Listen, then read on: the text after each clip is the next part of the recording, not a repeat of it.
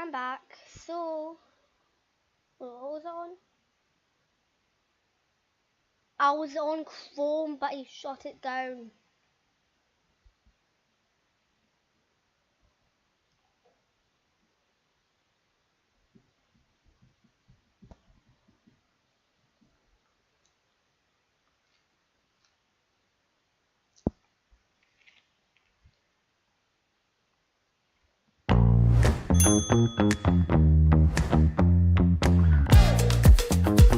Hitendra Rajbar. On January 21st, 2021, the crowded railway system of Mumbai, India, became the scene of one of the most gruesome train accidents ever recorded. Hitendra Rajbar, a 27-year-old migrant worker, had boarded a local train at Mumbai station around 12:20 a.m. The late-night commuter trains are known for their dangerous overcrowding, with passengers often forced to stand on the footboard, a narrow metal step on the outside of the car. Rajbar was one of those passengers, clinging to the doorway as the train accelerated to its cruising speed of 80 kilometers per hour. The practice was common, but deadly. The gap between the train and trackside infrastructure could be measured in centimeters, not inches. As the train sped through the darkness between stations, Rajbar's head struck a signal pole alongside the track. The impact was catastrophic. Witnesses described hearing a sickening sound followed by screams from other passengers. The force of the collision at such high speed was so severe that Rajbar was decapitated instantly. What followed was even more disturbing. His body fell from the train onto the tracks near Ulhasnagar station, but his head remained inside the train compartment. Fellow passengers were thrown into panic as they realized what had happened. The severed head traveled with them for kilometers. Railway authorities later recovered Rajbar's head when the train reached Ambernath railway yard. It had rolled beneath a seat, discovered by cleaning staff who immediately alerted police. Meanwhile, track workers found his headless body lying beside the rails, already cold in the January night air. Medical examiners confirmed the decapitation was instantaneous. The skull separated completely from the spine by the tremendous force of impact. The death highlighted the perilous reality faced daily by Mumbai's 7.5 million train commuters. For Rajbar, the routine risk of hanging from a doorway became a split-second tragedy. His life literally cut short on the narrow margin between survival and disaster. Patrick Ward. On March 15, 2025, the famous Death Railway in Kanchanaburi, Thailand lived up to its ominous name when it claimed the life of Patrick Ward, a 42-year-old British tourist. The railway, built during World War II by prisoners of war and forced laborers, stretches through some of Thailand's most breathtaking mountain scenery. Thousands died during its construction, giving the line its grim nickname long before Ward's fatal decision. Ward was traveling with a tour group on the historic train as it crossed the wooden Wang Fo Viaduct, a spectacular section where the tracks cling to a cliff face above the River Kwai. The vintage train moved slowly across the trestle bridge, offering panoramic views that have made it a photographer's paradise. As the train rounded a curve, Ward saw what he thought would be the perfect photo opportunity. According to witnesses, Ward opened one of the train's doors, leaning outward to capture the dramatic vista below. The train had no automatic locking mechanisms or modern safety features. Several passengers reported shouting warnings when they saw him hanging partly outside the carriage. Seconds later, Ward lost his balance as the train swayed. He fell from the moving train, plummeting 8 meters down to the rocky terrain below. Other tourists watched in horror as his body tumbled through the air, striking several wooden support beams before disappearing from view. The train continued moving for nearly a minute before staff became aware of the accident. Rescue workers found Ward's body near Crazy Cave at the base of the viaduct. Medical examiners later determined he had survived the initial fall but suffered catastrophic internal injuries and massive blood loss. Marks on his hands showed he had tried to grab at rocks and vegetation as he fell, a futile attempt to stop his descent. His camera was found still clutched in his hand, the final image frozen on its display. Jeanette's Creek train wreck. On October 27, 1850.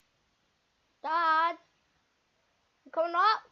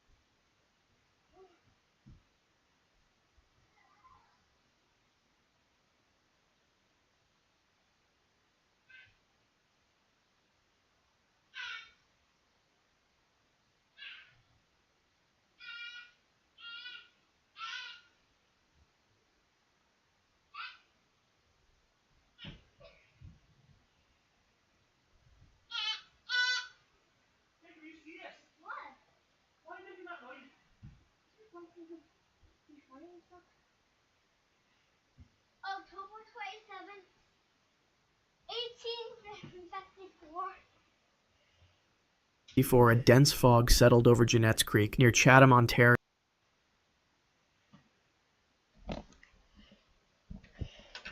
Yo, that is a cool train. The thick white blanket reduced visibility to mere feet, creating the first condition in what would become a cascade of fatal errors. The Great Western Railway operated 2 trains that night, a passenger express carrying more than 100 people, and a gravel train that had departed earlier. The gravel train had fallen behind schedule, struggling through the fog at a crawl. Railroad rules required it to clear the main track completely before the passenger train's scheduled passage, but the crew had stopped short of the siding. The conductor, assuming they still had time, left the rear brakeman to flag down any approaching train.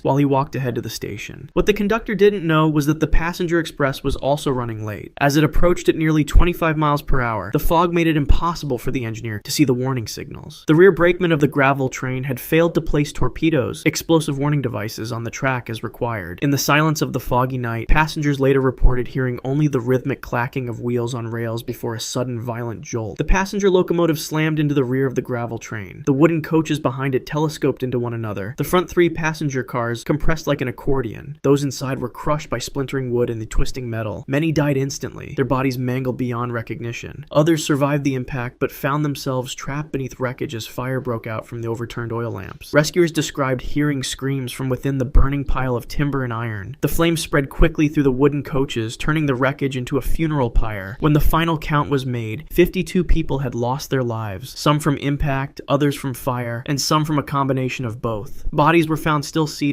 arms locked together in final embraces, frozen in their last moments of terror. Olga Permanova. On February 3, 2025, the scenic Podimenik railway line in Sri Lanka became the site of a tragedy that would shock tourists and locals alike. Olga Permanova, a 28-year-old Russian travel influencer, was among a group of tourists riding the famous blue train through the lush hills between Kandy and Ella. The route is renowned for its breathtaking views, winding through tea plantations and steep mountain passes that have made it a favorite among photographers and social media enthusiasts. The train was moving at approximately 40 kilometers per hour as it navigated a tight curve with a steep drop on one side and a rock face on the other. According to witnesses, Permanova opened the window and leaned out to capture the perfect photograph for her travel blog. She had built her online following by taking stunning, often risky shots in exotic locations. What Permanova didn't see was the jagged rock formation protruding slightly into the train's path. As she extended her upper body through the window, her head struck the rock at full speed. The impact was violent and immediate. Fellow passengers described a sickening sound as her skull connected with solid stone. The force knocked her unconscious and nearly pulled her completely through the window. Other tourists grabbed her legs, preventing her from falling off the train entirely. Blood poured from a massive wound on the right side of her head as the train continued for another 3 minutes before it could be stopped. When emergency services finally reached the remote location, Permanova was still breathing, but barely. Medics found her with a depressed skull fracture and severe brain trauma. Her pupils were fixed and dilated, a sign of catastrophic neurological damage. Despite being airlifted to Kandy Hospital, doctors could not save her. The brain hemorrhage was too extensive. Permanova died 17 hours after the impact, never regaining consciousness. Her final photograph, recovered from her camera, showed her smiling reflection in the train window, seconds before the fatal collision. Tyler Byrne. On February 9, 2021, a routine track inspection near Surbiton Station in southwest London ended in tragedy, when a railway worker's life was extinguished in seconds. Tyler Byrne, a 30-year-old experienced track technician, was part of a 4-person team checking rails for microscopic cracks and defects. This essential maintenance work took place on active tracks, with trains still running on adjacent lines.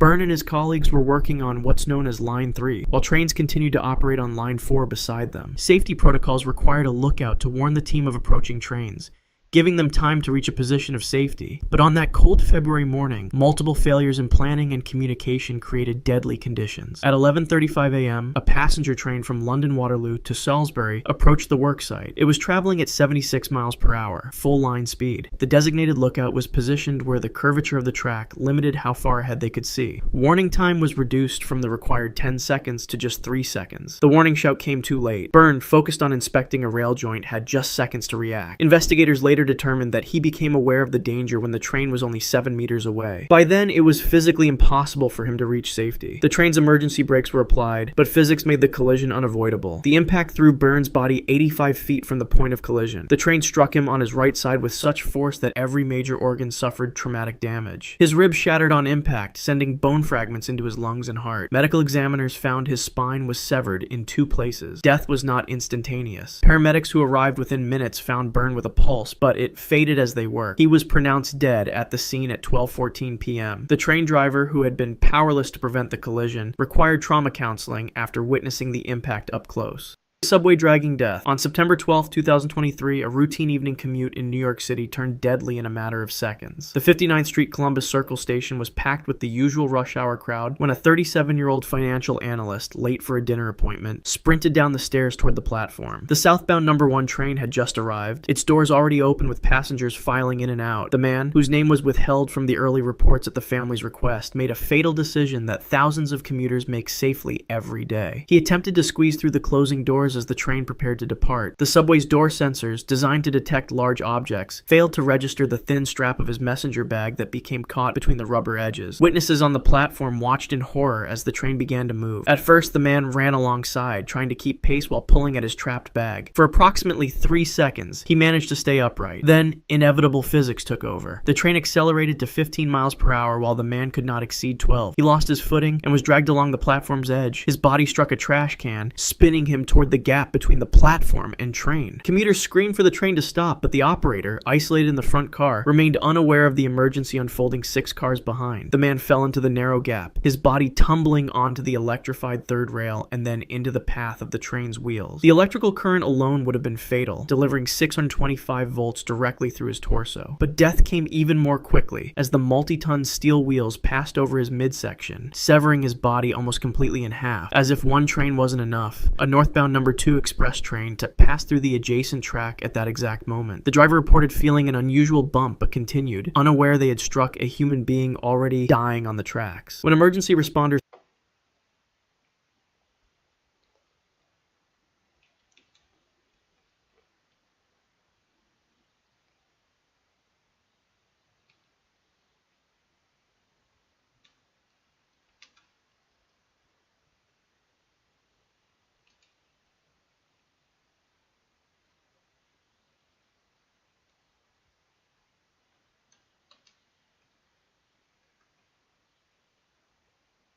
What was it?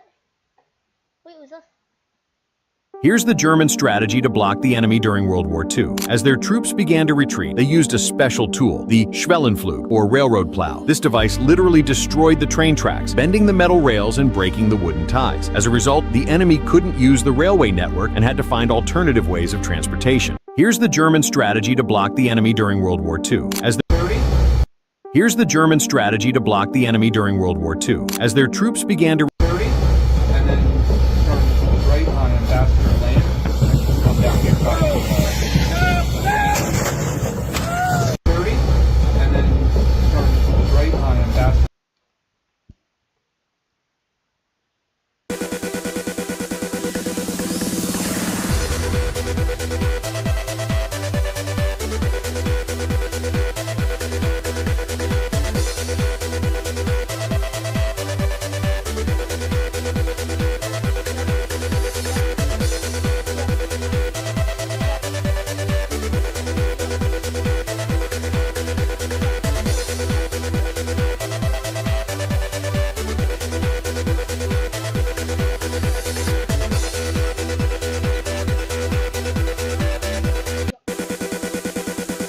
I don't really like steam trains.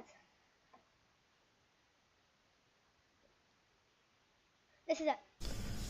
The problem with what? So, there is a type of steam engine that Bachmann used to make in the 80s, like this one.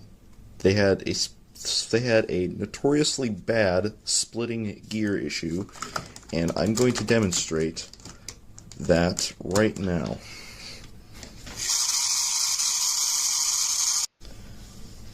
So, there is a type of steam engine that Bachmann used.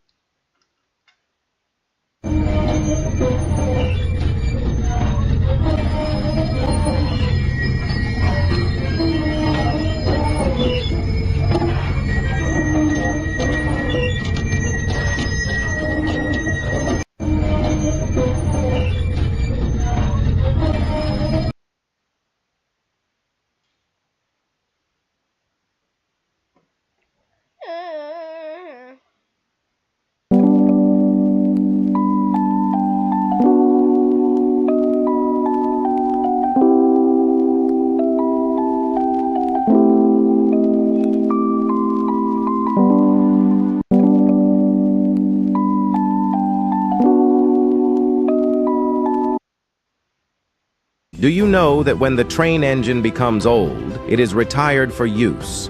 And the engine of that train is taken to the railway yard where the engine is renewed again to be used again. But those which have now completely worst in condition are thrown away, and many of the old engines are kept in museums for our history. Do you know that when the train engine becomes old, it is retired for use?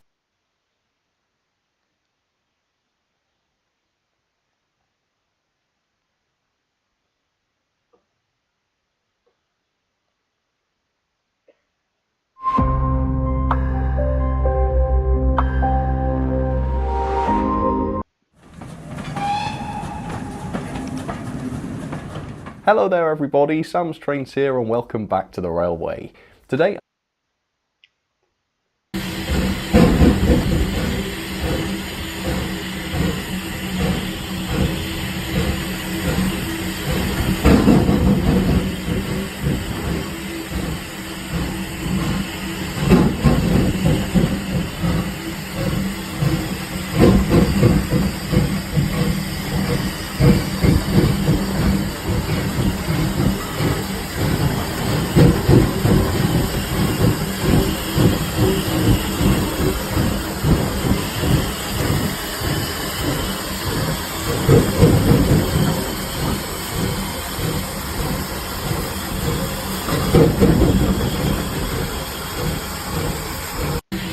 What would happen if all humans disappeared from Earth?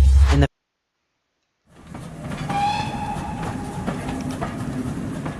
Hello there everybody. Hi all, and welcome to a new series of YouTube shorts on the channel entirely focused on the model engines in my collection. We're trying something new here. Basically what we do is spotlight a random model, talk about it for a bit, and briefly show it running on the layout. For the first of the series, I figured it was appropriate to spotlight number 1 himself, Thomas. This Thomas is a custom using a Baby E2 Clarence body by Sparkshot Custom Creations, and on a chassis salvaged from a busted Dapple Terrier, painted and lined out all by myself. Could probably use a bit more weight inside him, but other than that, he's a pretty good runner. This is one of the most insane transformations and restorations I've ever done on a toucan. Newt is an elderly rehab toucan with arthritis and severe mobility issues. She came to me with infections in her legs, arthritis, and lastly, a juicy watermelon cube for being such a good girl.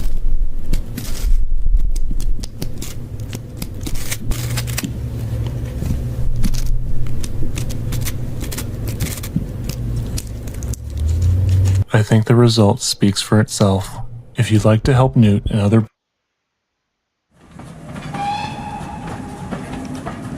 Today I'm going this a lot of beginner my track and replace it with new track, which cost even more money and time.